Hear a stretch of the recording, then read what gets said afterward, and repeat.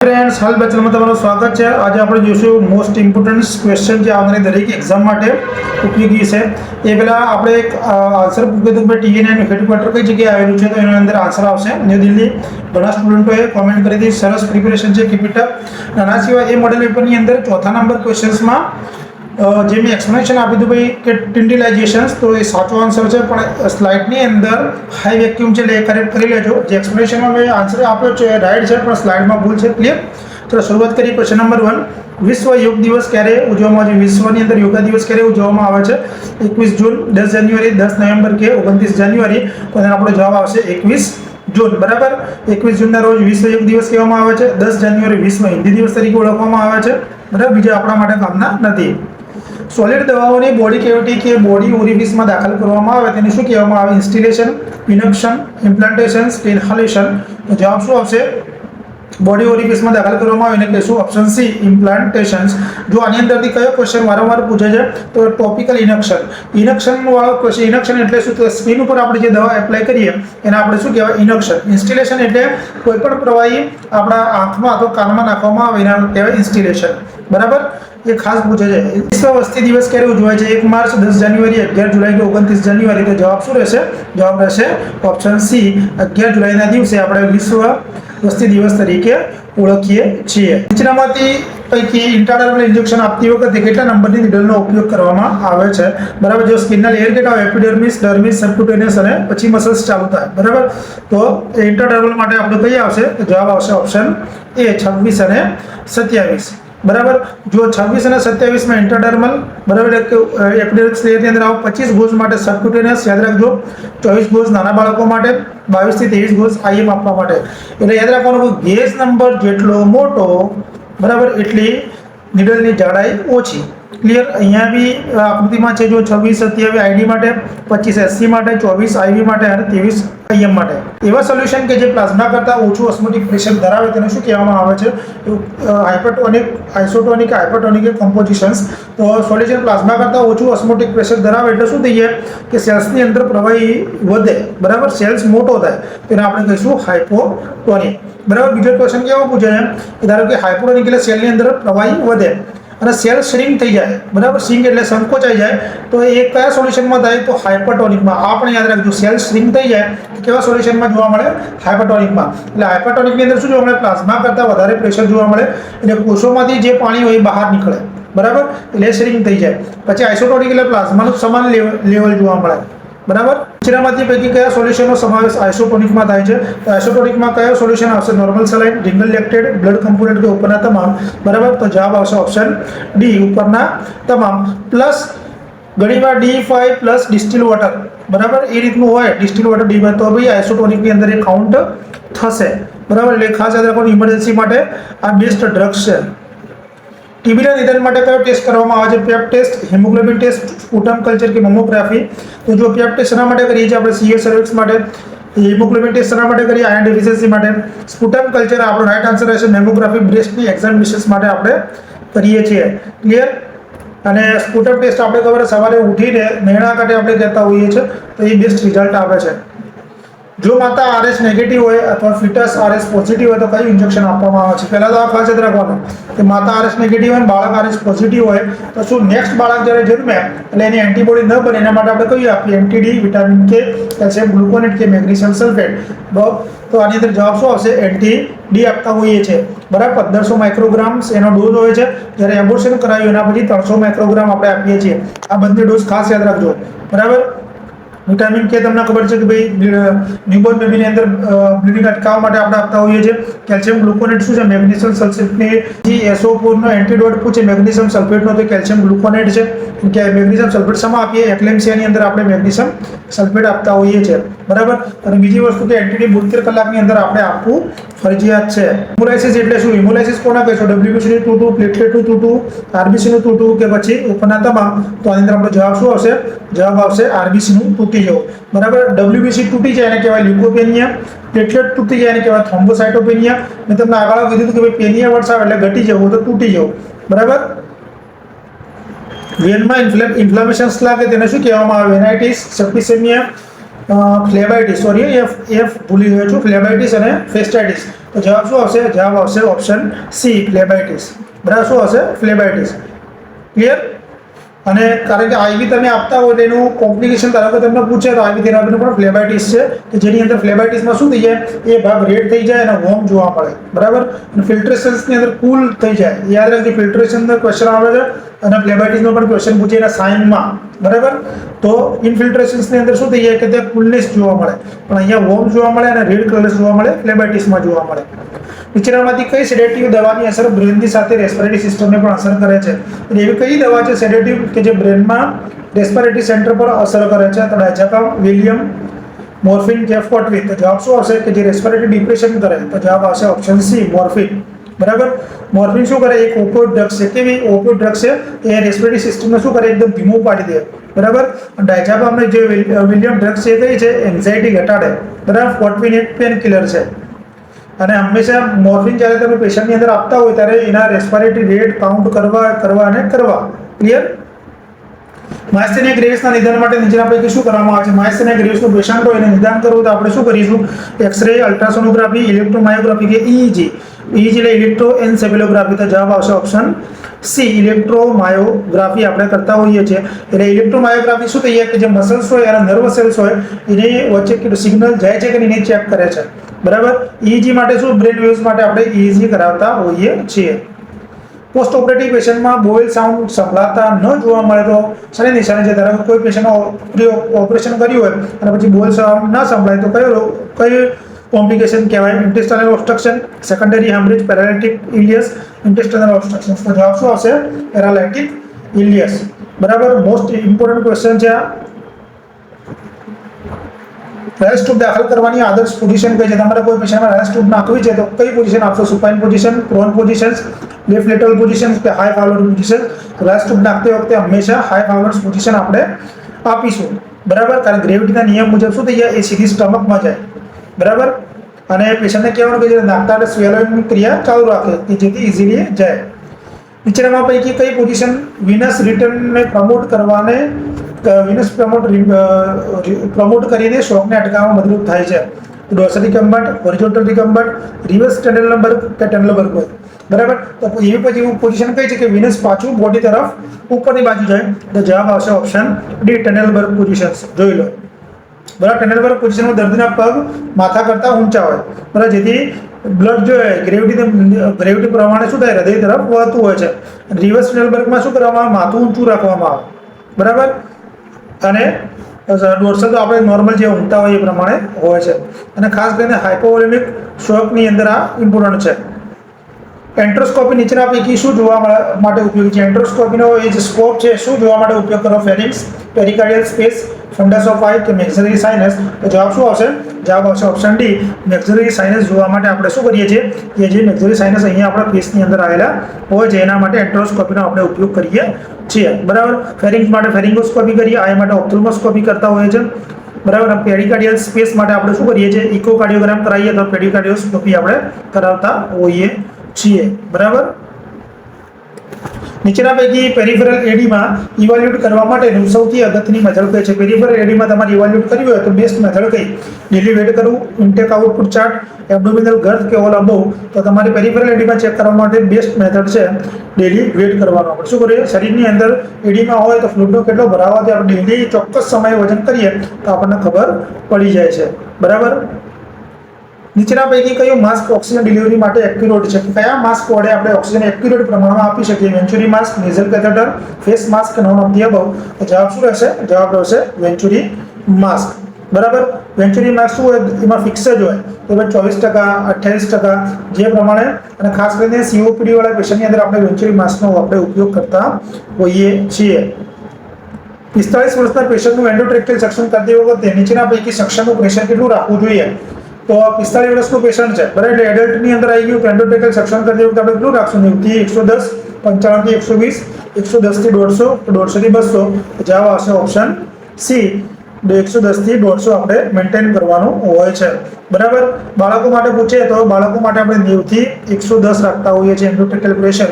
બરાબર, અને જો 150 થી વધારે તમે રાખવા જાઓ તો શું થઈ જાય છે, તો એની અંદર તમારે જે ટ્રેકિયા હોય, ટ્રેકિયાના જે ટિશ્યુ હોય ડેમેજ થાય. શું થાય? ટ્રેકિયાના ટિશ્યુ ડેમેજ થવાના ચાન્સીસ વધી જાય છે. બરાબર. અને સક્શન હંમેશા 10 થી 15 સેકન્ડ કરતાં વધારે કરવાનું નહીં, નહીંતર હાઇપોક્સિયાની કન્ડિશન્સ થઈ શકે. નીચેના પૈકી ફૂડ ડ્રોપ્સમાં કઈ નર્વને ઇફેક્ટ થાય છે? ફૂડ ડ્રોપ્સમાં કઈ નર્વ ઇફેક્ટ થાય? પેરિફેરલ નર્વ, અલ્નાર નર્વ, બ્રેકિયલ પ્લેક્સસ કે મીડિયલ નર્વ? તો આની અંદર આપણો જવાબ શું રહેશે?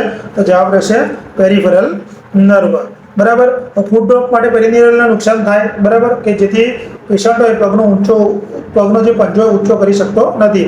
અલ્નાર અને બ્રેકિયલ પ્લેક્સસ ક્યાં હોય? હાથ અને ખભા સાથે જોડાયેલા હોય છે. બરાબર. અને ખાસ તમને પૂછે ભાઈ પથારી વશ પેશન્ટ હોય, બરાબર, એટલે કે બેડ રિધન પેશન્ટ હોય, એના ફૂડ ડ્રોપ અટકાવવું હોય આપણે, તો આપણે શું કરવાનું? તો હંમેશા યાદ રાખવાનું, ફૂટ બોર્ડનો ઉપયોગ કરીશું. શાનો ઉપયોગ કરીશું? ફૂટ બોર્ડનો આપણે ઉપયોગ કરીશું, કે જેથી આપણે ફૂટ ડ્રોપ અટકાવી શકીએ. બ્રેસ્ટને સર્જિકલ પ્રોસિજર વડે રિમૂવ કરવાના ઓપરેશનને શું કહેવામાં આવે છે? કોલોસ્ટોમી, માસ્ટેક્ટોમી, કોલ્પોસ્કોમી, ક્રેનિયોટોમી? તો જવાબ શું રહેશે? જવાબ રહેશે ઓપ્શન બી, માસ્ટેક્ટોમી તરીકે આપણે ઓળખીએ છીએ. બરાબર. કોલોસ્ટોમી એટલે કે કોલોનનું ઓપનિંગ કરવું. કોલ્પોક્ટોમી એટલે વજાનાની અંદર ચીરો મૂકવો. ક્રેનિયોટોમી એટલે સ્કલની સર્જરી કરવી. ક્લિયર? કોલોનમાં ટેમ્પરરી ઓપનિંગ કરી અને એનસનું કાણું બનાવવાના ઓપરેશનને શું કહેવામાં આવે છે? બરાબર. કોલોસ્ટોમી, પેનાટોમી, કોલ્પોટોમી કે ક્રેનિયોટોમી? તો આની અંદર આપણો જવાબ શું આવશે? જવાબ આવશે કોલોસ્ટોમી. બરાબર. આમાં શું કરવામાં આવે? આંતરડાની અંદર કે જે સ્ટૂલને બહાર કાઢવા માટે આપણે એક સ્ટોમા બનાવીએ. કાણું મતલબ શું કહેવાય? સ્ટોમા. બરાબર. સ્ટોમા આપણે બનાવતા હોઈએ છીએ. ક્લિયર? કોલોન એટલે યાદ રાખો, સ્ટોમા એટલે તમને પૂછે તો ઓપનિંગ. નવું ઓપનિંગ કરવું એને શું કહીશું? આપણે સ્ટોમા તરીકે ઓળખીશું. નીચેનામાંથી કઈ કન્ડિશન્સમાં ઇન્ટ્રાઓક્યુલર પ્રેશર વધી જાય છે? તો આઈયુપી કઈ કન્ડિશન્સમાં વધી જાય? માયોપિયા, સ્ટ્રેબિસ્મસ, ગ્લુકોમા કે પછી કેટરેક્ટ? તો આ ચારે ચાર કન્ડિશન મેં તમને સમજાવી દીધી. તો આની અંદર જવાબ શું આવશે? ગ્લુકોમાની અંદર ઇન્ટ્રાઓક્યુલર પ્રેશર હંમેશા વધી જતું હોય છે. બરાબર. માયોપિયા એટલે શું? નજીકનું દેખાય, બરાબર, દૂરનું દેખાય. સ્ટ્રેબિસ્મસ એટલે ત્રાસી અને કેટરેક્ટની અંદર શું તમને ધૂંધળું દેખાતું હોય છે. બરાબર.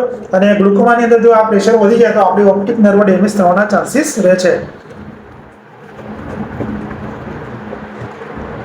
એનાફાઇલેટિક શોક માટે કયું ઇમ્યુનોગ્લોબ્યુલિન જવાબદાર છે? તો એના માટે જવાબ આથી આપ્યું છે આઈજીઈ. બરાબર. એટલે ઇમ્યુનોગ્લોબ્યુલિન તમારે ખાસ યાદ રાખવાના. આઈજીઈ ક્યાં હોય? લાળની અંદર, બ્રેસ્ટ ફીડિંગની અંદર, એટલે કે સલાઈવાની અંદર, બ્રેસ્ટ ફીડિંગમાં અને ટીયર્સમાં, આંખના આંસુમાં તમને જોવા મળે. આઈજીએમ સૌથી મોટા. બરાબર. અને જ્યારે ઇન્ફેક્શન્સ બોડીમાં લાગે સૌથી પહેલા આઈજીએમ ઉત્પન્ન થાય. ક્લિયર? કોલોસ્ટોમી ઓપરેશન્સમાં કોલોસ્ટોમી ટ્યુબ સામાન્ય રીતે કેટલા ઇંચ દાખલ કરવામાં આવે છે? તો કોલોસ્ટોમી ઓપરેશનની અંદર કોલોસ્ટોમી 1 થી 2 ઇંચ, 3 થી 4 ઇંચ, 5 થી 7 ઇંચ કે 8 થી 12 ઇંચ? તો કોલોસ્ટોમી ટ્યુબ આપણે કેટલી ઇન્સર્ટ કરીશું? તો જવાબ આવશે 3 થી 4 ઇંચ. બરાબર. 3 થી 4 ઇંચ બેસ્ટ છે. બરાબર.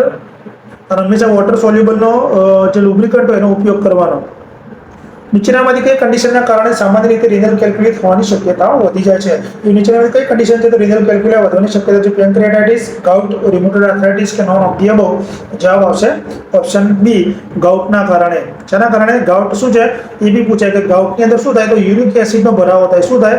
યુરિક એસિડનો વધવાથી એ કેલ્ક્યુલા થવાના ચાન્સીસ રહે. પૂછી છે કે ભાઈ ગાઉટની અંદર યુરિક એસિડ જમા થાય. પેન્ક્રિયાટિસ એટલે પેન્ક્રિયાસની અંદર ઇન્ફેક્શન્સ લાગે. રુમેટોઇડ આર્થરાઇટિસ એક ઓટોઇમ્યુન ડિસઓર્ડર છે. બરાબર. નીચેના પૈકી હાઇડ્રોસેફેલસમાં કરવામાં આવતું સર્જિકલ ઇન્ટરવેન્શન કયું છે? હાઇડ્રોસેફેલસનો દર્દી હોય તો એની અંદર આપણે સર્જિકલ ઇન્ટરવેન્શન કયું કરીએ છીએ? Glenn shunt, BT shunt, ventriculoperitoneal shunt કે બી ડાયરેક્શનલ શન્ટ? તો જવાબ શું આવશે? જવાબ આવશે હાઇડ્રોસેફેલસની અંદર આપણો જવાબ રહેશે ઓપ્શન સી, વીપી શન્ટ આપણે નાખતા હોઈએ છીએ. એટલે કે વેન્ટ્રોપેરિટોનિયલ શન્ટ, કે જેની અંદર જે બ્રેનની અંદર જે વેન્ટ્રિકલ્સમાં વધારાનું સીએસએફ હોય એને આપણે પેરિટોનિયમમાં મોકલવામાં આવતું હોય છે. બીટી અને ગ્લેન શન્ટ શામાં યુઝ કરીએ છીએ? કાર્ડિયાક ડિફેક્ટ માટે આપણે યુઝ કરતા હોઈએ છીએ. અને હાઇડ્રોસેફેલસની અંદર શું જોવા મળે? તો બલ્જિંગ ફન્ટાનેલ જોવા મળે. શું જોવા મળે? બલ્જિંગ ફન્ટાનેલ. આ યાદ રાખજો ખાસ. ક્લિયર? અને માથાની સાઇઝ વધતી હોય છે. નીચેના પૈકી કલર વિઝન માટે કયા સેલ્સ જવાબદાર છે? તો રોડ સેલ્સ, કોન સેલ્સ, ન્યુરોન સેલ્સ કે રેટિનલ સેલ્સ? તો આની અંદર આપણો જવાબ શું આવશે? કલર વિઝન્સ માટે તમારે શું યાદ રાખવાનું? તો ઓપ્શન બી, કોન સેલ્સ આવશે. યાદ કરી તે રાખશો. જો કોન સેલ્સ શું કામ કરે? સી ફોર સી યાદ રાખવાનું. કલર. શું યાદ રાખશો? કલર માટે કોન્સેપ્ટ જવાબદાર છે. બરાબર. અને ડે ની અંદર જોવા માટે. અને જે રોડ સેલ્સો છે રાત્રિ જોવા માટે અને ઓછા પ્રકાશની અંદર જોવા માટે રોડ સેલ્સનો ઉપયોગ થાય છે. ક્રોનિક ગ્લુકોમાના પેશન્ટમાં સામાન્ય રીતે ઇન્ટ્રાઓક્યુલર પ્રેશર કેટલું જોવા મળે છે? ક્રોનિક ગ્લુકોમાનું પેશન્ટ ક્રોનિક પૂછ્યું છે, બરાબર? તો અહીંયા કેટલું જોવા મળે? 50 થી 70, 70 થી 90, 20 થી 30 કે 30 થી 50. તો પહેલા નોર્મલ તમને ખબર હોવી જોઈએ. તો આની અંદર આપણે જવાબ આવશે ઓપ્શન એ 50 થી 70. તો નોર્મલ કેટલું હોય? 10 થી 21 હોય. પૂછે તો યાદ રાખજો, 10 થી 21 ઇન્ટ્રાઓક્યુલર પ્રેશર હોય, બરાબર? અને 50 થી 70 હોય તો ક્રોનિકની અંદર તમને જોવા મળતું હોય છે. અને આઈઓપી આપણે જે માપીએ એને શું કહેવાય? ટોનોમીટર. શું કહીએ? ટોનોમીટર કહીએ છીએ. ક્લિયર? એન્જિનના બીજા શબ્દોમાં શું કહેવાય? એન્જિનના બીજા શબ્દોમાં આપણે શું કહીએ છીએ? Back pain, leg pain, chest pain કે પછી હેડેક. તો એન્જિનને આપણે બીજું કહીએ છીએ ચેસ્ટ પેન. શું કહીએ છીએ? ચેસ્ટ પેન તરીકે ઓળખીએ છીએ. એન્જિના પેક્ટોરિસ. એટલે આમાં શું હોય કે હૃદયના જે સ્નાયુ હોય એના પૂરતા પ્રમાણમાં ઓક્સિજન ન મળે તો તમને શું જોવા મળે? ચેસ્ટ પેન તમને જોવા મળતું હોય છે, બરાબર? અને ખાસ કરીને એન્જિના પેક્ટોરિસની અંદરથી શોલ્ડરથી લઈને નેક બાજુએ દુખાવો સ્પ્રેડ થતો હોય છે, બરાબર? રેડિયેટ પેનને એવું પૂછી શકે એક્ઝામમાં. તો શોલ્ડરથી લઈને પાછળની બાજુ રેડિયેટ થતું હોય. નીચેનામાંથી કયા કેન્સરમાં અલ્ટ્રાસોનોગ્રાફી કરતા સ્યુડો કિડની સાઇન જોવા મળે છે? તો કેન્સર છે તેની અંદર અલ્ટ્રાસોનોગ્રાફી કરો તો સ્યુડો કિડની સાઇન તમને શેમાં જોવા મળે? Stomach cancer, colon cancer, bladder cancer કે કિડની કેન્સર? તો જવાબ શું આવશે? જવાબ આવશે ઓપ્શન બી. કોલોન કેન્સરની અંદર તમને સ્યુડો કિડની હોય એ રાતનું તમને જોવા મળે, જો આ ટાઈપનું અંદર જોવા મળતું હોય છે, બરાબર? સ્યુડો એટલે ખોટું, બરાબર? પણ કિડની ના હોય પણ એ ટાઈપનું બનાવતું હોય છે. નીચેનામાં પૈકી કોને ગુડ કોલેસ્ટ્રોલ તરીકે ઓળખવામાં આવે છે? તો ગુડ કોલેસ્ટ્રોલ આપણે કોને કહીએ છીએ? એલડીએલ, એચડીએલ, વીએલડીએલ કે triglyceride?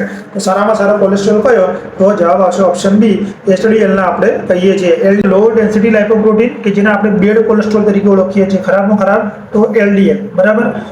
HDL high density lipoprotein જે સારો ગુડ કોલેસ્ટ્રોલ તરીકે ઓળખીએ છીએ, બરાબર? અને કે વધારાનો જે કોલેસ્ટ્રોલ હોય એલડીએલ શું લીવરમાં એ પાછું જતું હોય જેથી હાર્ટ એટેક આપણે બચી શકાય, બરાબર? અને ટ્રાઇગ્લિસરાઇડ શું છે કે આપણા બ્લડની અંદર જોવા મળતી એક જાતની ફેટ છે. ક્લિયર?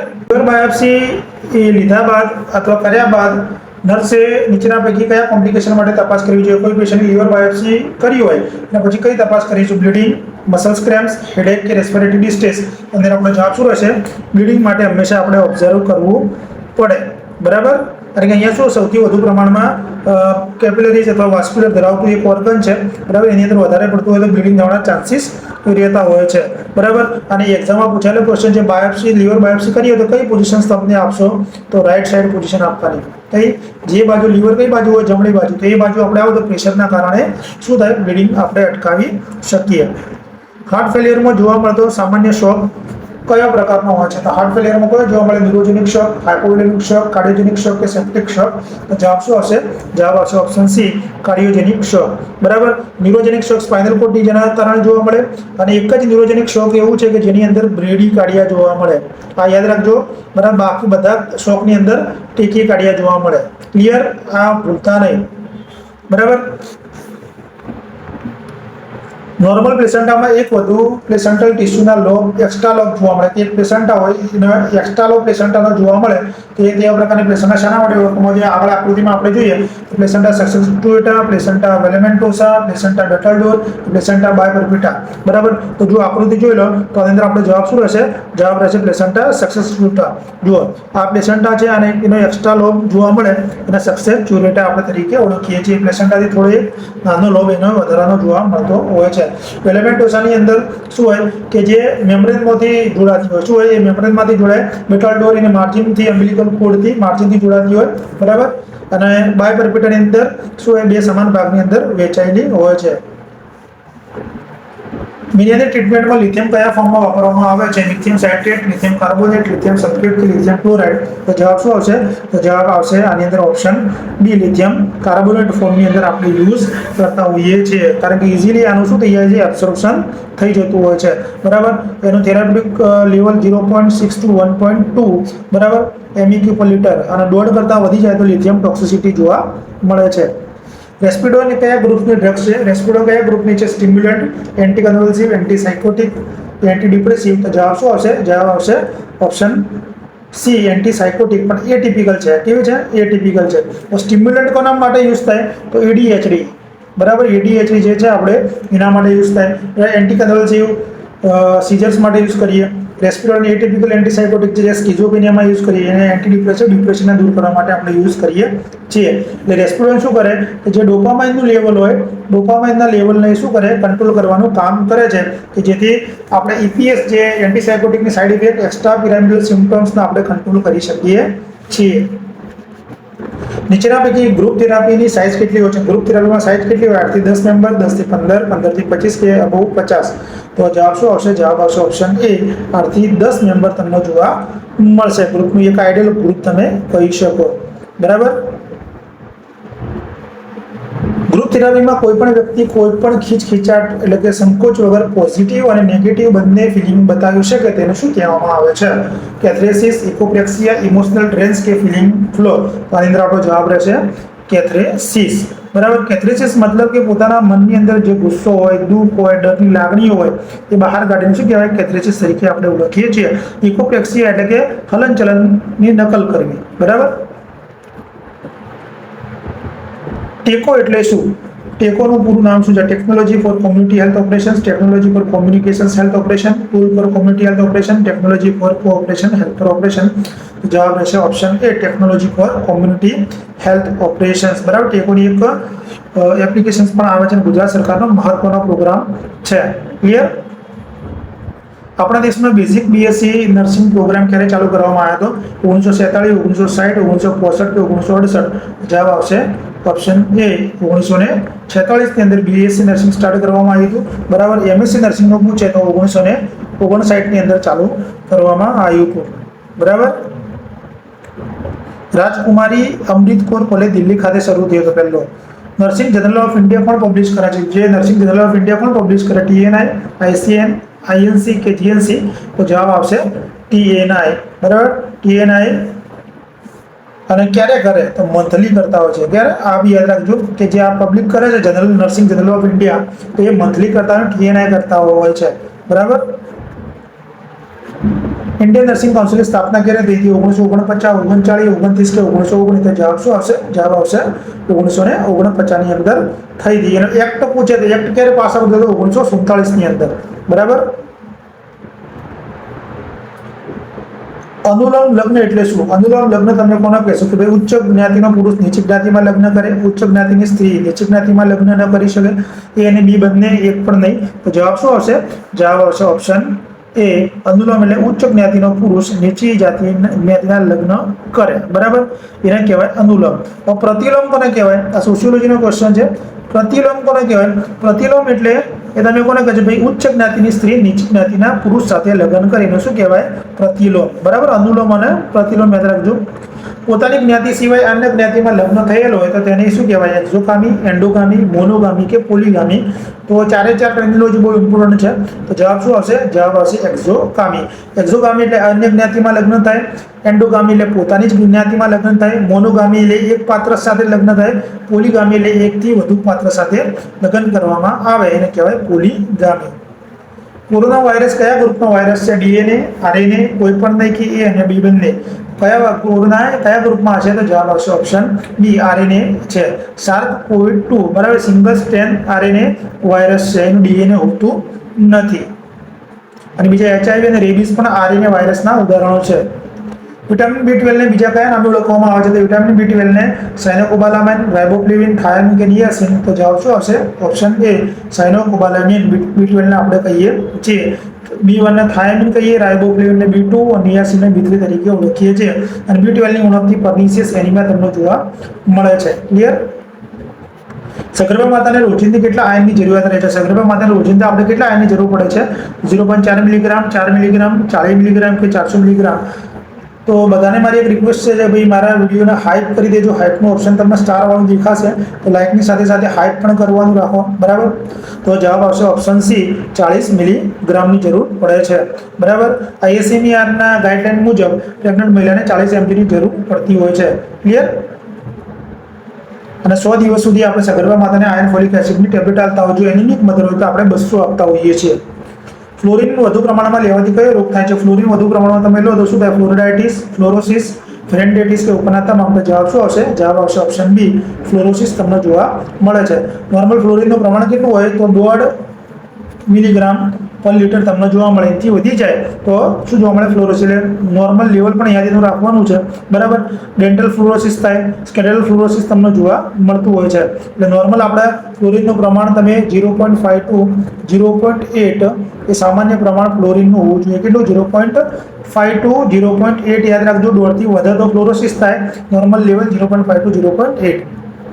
ખોરાકમાં ભેળસેળ અટકાવવા માટેનો કાયદો કયો છે? ગ્રાહક સુરક્ષા, food prevention act, food adulteration act. તો ભેળસેળ અટકાવવા માટે જવાબ આવશે option C, food adulteration act. બરાબર. ક્યારે બનાવવામાં આવ્યો હતો? તો 1945 ની અંદર. ક્યારે? 1945 ની અંદર ફૂડ એડલ્ટ્રેશન એક્ટ બનાવવામાં આવ્યો હતો. દૂધનું પાસ્ચરાઇઝેશન બરાબર થયેલ છે કે નહીં તે જાણવા માટેનો ટેસ્ટ કયો છે? દૂધનું પાસ્ચરાઇઝેશન આપણે કરીએ, બરાબર. તો એનો ટેસ્ટ કે બરાબર થયું છે કે નહીં જોવા માટે પાસ્ચરાઇઝેશન ટેસ્ટ કરીએ, ઓર્થોટોડોલિયન ટેસ્ટ કરીએ, ફોસ્ફેટ ટેસ્ટ કે ઉપરના તમામ. જવાબ આવશે ઓપ્શન સી, ફોસ્ફેટ ટેસ્ટ આપણે કરતા હોઈએ છીએ, બરાબર. ઓર્થોટોડોલિયન ટેસ્ટ શા માટે કરીએ છીએ? કે પાણીની અંદર ક્લોરિનનું પ્રમાણ જાણવા માટે. શાનું? ક્લોરિનનું પ્રમાણ જાણવા માટે. અને ફોસ્ફેટ ટેસ્ટ દ્વારા દૂધમાં બેક્ટેરિયાનો નાશ થયો છે કે નહીં જોવા માટે આપણે ફોસ્ફેટ ટેસ્ટ કરતા હોઈએ છીએ, બરાબર. ICDS એટલે શું? ICDS નું પૂરું નામ પૂછે છે, લગભગ બધાને આવડતું હશે. તો એનો આપણે જવાબ શું હશે? ઇન્ટિગ્રેટેડ ચાઇલ્ડ ડેવલપમેન્ટ સર્વિસીસ, બરાબર. Integrated child development services. Clear? એ ખાસ યાદ રાખજો. અને ICDS પ્રોગ્રામની શરૂઆત કરી હતી તો 1975 ક્યારે? 1975 ની અંદર. અને એની જે સર્વિસીસ છે આંગણવાડીની અંદર આપણે જે બાળકોને ન્યુટ્રિશન આપીએ, ફોર્મલ એજ્યુકેશન આપતા હોઈએ, ઇમ્યુનાઇઝેશન આપીએ, એ બધું તમારે એમાંથી પણ ક્વેશ્ચન બની શકે. હાથી પગાની સારવાર માટે કઈ દવા વાપરવામાં આવે છે? તો હાથી પગો તો કઈ દવા વાપરીએ? સલ્ફોડોક્સિન, ડાઇથાઇલ કાર્બામિઝાપિન, ક્લોરોક્વિન કે આઇસોનેક્સ?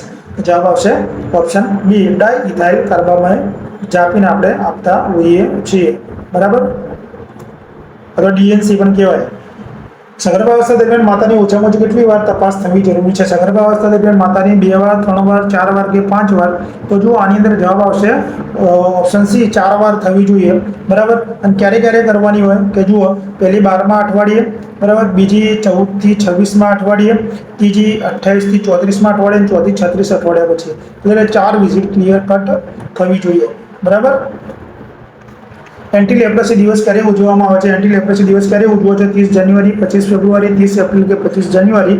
જવાબ આવશે ઓપ્શન એ, 30 જાન્યુઆરીના રોજ આપણે એન્ટી લેપ્રસી દિવસ તરીકે ઓળખીએ છીએ, જેને આપણે હેન્સન્સ ડિસીઝ પણ કહેવામાં આવતો હોય છે. 30 જાન્યુઆરી બીજું મહાત્મા ગાંધીનો નિર્વાણ દિન પણ છે. સગર્ભાવસ્થા દરમિયાન માતાને દરરોજ કેટલી કેલરી વધારાની જરૂર પડે છે? 2700, 3000 કેલરી, 330 કે 300? આની અંદર આપણે જવાબ રહેશે ઓપ્શન ડી, 300 કેલરીની જરૂર પડે છે. અને લેક્ટેશન્સની અંદર તમારે પૂછે તો 500 પ્લસ, બરાબર. કે જે ધાત્રી માતા હોય 500 પ્લસ કેલરીની જરૂર પડતી હોય છે. નોન એબ્સોલ્યુબલ સૂચક કયા છે કે જે ઓગળી ના જાય? નોન એબ્સોલ્યુબલ મતલબ તો ક્રોનિક કેટગટ, પ્લેન કેટગટ, વાયક્રિલ કે પ્રોલિન? તો આની અંદર નોન એબ્સોલ્યુબલ સૂચકમાં જવાબ આવશે ઓપ્શન ડી, પ્રોલિન. કારણ કે ક્રોનિક, પ્લેન અને વાયક્રિલ તો શું છે? એક એબ્સોલ્યુબલ સૂચક છે. અને સિલ્ક અને નાયલોન પણ નોન એબ્સોલ્યુબલ સૂચકના ઉદાહરણ છે, એ પણ યાદ રાખજો. નીચેનામાંથી કઈ ગ્રંથિ એન્ડોક્રાઇન ગ્રંથિ નથી? એન્ડોક્રાઇન ગ્રંથિ નથી તો થાઇરોઇડ, પિટ્યુટરી, લીવર કે સુપ્રારિનલ? તો જવાબ શું હશે? એન્ડોક્રાઇન એટલે ખાલી અંદર જ પોતાનો સ્રાવ ઠાલવે, બહાર ઠાલવે નહીં, બરાબર. તો લીવર એક્ઝોક્રાઇન બી છે અને એન્ડોક્રાઇન બી છે, એટલે જવાબ આવશે લીવર, બરાબર. કારણ કે પિટ્યુટરીને આપણે માસ્ટર ગ્રંથિ તરીકે ઓળખીએ છીએ, એડ્રિનલ અને સુપ્રારિનલ ગ્રંથિ તરીકે ઓળખતા હોઈએ છીએ. ડિસેબિલિટી લિમિટેશન અને પ્રિવેન્શનનો કયો પ્રકાર છે? તો ડિસેબિલિટી લિમિટેશન કયો આવે? પ્રાઇમરી, સેકન્ડરી, ટર્સરી કોઈ પણ નહીં. મેં અગાઉના વિડીયોમાં સમજાવ્યું હતું, તો આની અંદર જવાબ આવશે ટર્સરી. શું આવશે? ટર્સરી. પ્રાઇમરી એટલે રોગ થતો અટકાવવાનો, સેકન્ડરી એટલે એનું અર્લી ડાયગ્નોસિસ એન્ડ ટ્રીટમેન્ટ એટલે વહેલું નિદાન અને સારવાર, ટર્સરી એટલે જે ડિસેબિલિટી આવી એને ઘટાડવાની. ક્લિયર? નેશનલ રૂરલ હેલ્થ મિશનનો અગત્યનો લક્ષ્યાંક કયો છે? નેશનલ રૂરલ હેલ્થ મિશન અગત્યનું લક્ષ્ય કુટુંબ કલ્યાણ સેવાઓનો અમલ કરાવો, ચીપી રોગનો અટકાવ કરો, બાળકોને માતાના મૃત્યુનું પ્રમાણ ઘટાડવું કે આરોગ્ય સેવાઓ વ્યાપ વધારવો? જવાબ આવશે ઓપ્શન સી, બાળકો અને માતાનું મૃત્યુનું પ્રમાણ ઘટાડવું.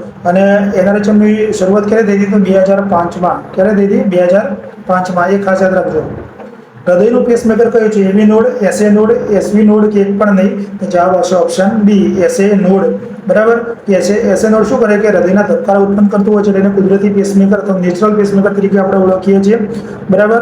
અને એવી નોડ શું કરે? એ જે ઉત્પન્ન થયા હોય ને એ આવેગોના અથવા જે ઉત્પન્ન કર્યા હોય એને આગળ લઈ જવાનું કામ કરે છે, બરાબર.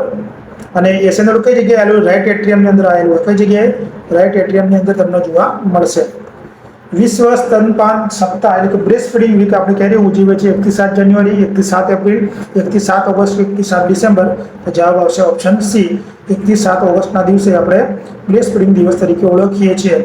બરાબર. અને 7 એપ્રિલમાં આપણે વિશ્વ વર્લ્ડ હેલ્થ ડે તરીકે ઉજવીએ છીએ. ડિસેમ્બરની અંદર વિશ્વ એડ્સ દિવસ તરીકે આપણે ઓળખીએ છીએ. ક્લિયર? પીપીઆઈસીડી પ્રસૂતિના કેટલા સમય સુધી મૂકી શકાય? કે પોસ્ટપાર્ટમ ઇન્ટ્રાયુટેરાઇન કોન્ટ્રાસેપ્ટિવ ડિવાઇસીસ કેટલા કલાકમાં મૂકવાનું? પ્રસૂતિના 48 કલાકમાં, પ્રસૂતિના 72 કલાક પછી, પ્રસૂતિના 15 દિવસ પછી કે 3 માસ પછી? તો જવાબ આવશે ઓપ્શન એ, પ્રસૂતિના 48 કલાકની અંદર આપણે પ્રોપર્ટી પીપીઆઈસીડી મૂકી દેવાની હોય છે. બરાબર. જો વધારે વાર થાય તો ઇન્ફેક્શન લાગવાના ચાન્સીસ છે. અને આ શું છે? એક બિનકાયમી પદ્ધતિ છે. સેન્ટ્રોકોમન શું છે? તો સેન્ટ્રોકોમન શું છે? ગર્ભાશય દરમિયાન લેવાની ગોળી, કુટુંબ નિયોજન માટે લેવાની ગોળી, બાળકોમાં ઝાડા અટકાવવા કે શાળા આપવાથી દવા? જવાબ શું હશે? કુટુંબ નિયોજન માટેની લેવાની ગોળી છે. બરાબર. સેન્ટ્રોકોમન શું છે? એક નોન સ્ટીરોઇડલ એન્ટી ઇન્ફ્લામેટરી છે કે જેને આપણે છાયા તરીકે ઓળખીએ છીએ. શું કહીએ છીએ? છાયા. બરાબર. છાયા સહેલી ખાસ યાદ રાખજો. અઠવાડિયામાં કેટલી 2 વાર લેવાની હોય છે. બરાબર. બીસીજી માટે કયું ડાયલ્યુટ વપરાય છે? Normal saline, distil water, double distil water કે ડેક્સ્ટ્રોઝ સલાઇન? તો બીસીજી માટે આપણે કયું વાપરીએ છીએ? તો નોર્મલ સલાઇન. બરાબર. નોર્મલ સલાઇન બીસીજી માટે અને મિઝલ્સ માટે ડિસ્ટિલ વોટર શેના માટે વાપરીએ આપણે? મિઝલ્સ માટે. એટલે આમાં ભૂલ ના કરતા. મિઝલ્સ માટે ડિસ્ટિલ વોટર અને બીસીજી માટે નોર્મલ સલાઇનનો આપણે ઉપયોગ કરીએ છીએ. બાયોમેડિકલ વેસ્ટનું સંચાલન કરતી સંસ્થા કઈ છે?